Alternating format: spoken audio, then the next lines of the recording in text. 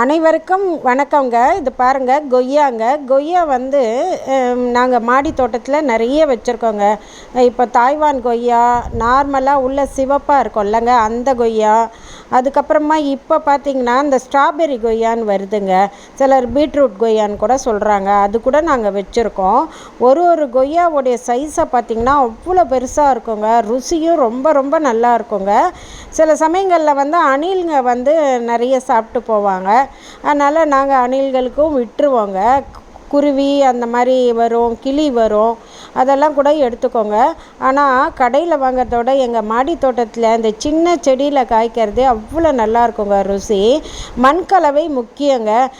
செம்மண், கோகோபிட்டு, கொஞ்சம் அந்த மாட்டு எரு, மண்புழு உரம்லாம் கலந்து வைங்க. காய்கறி கலவையெல்லாம் வந்து நீங்கள் மிச்சமானதெல்லாம் வந்து சேமித்து அதையும் வந்து உரமாக கொடுக்கலாங்க. அரிசி கழுவின தண்ணி, பருப்பு கழுவின தண்ணியும் சுற்றி வர ஊற்றி விடலாங்க. மண்ணை கொத்திட்டு மாதத்துக்கு ஒரு முறை மண்புழு உரமும் மாட்டு எரும் கொடுத்துட்டே வாங்க. நல்லா காய்க்குங்க. நன்றி.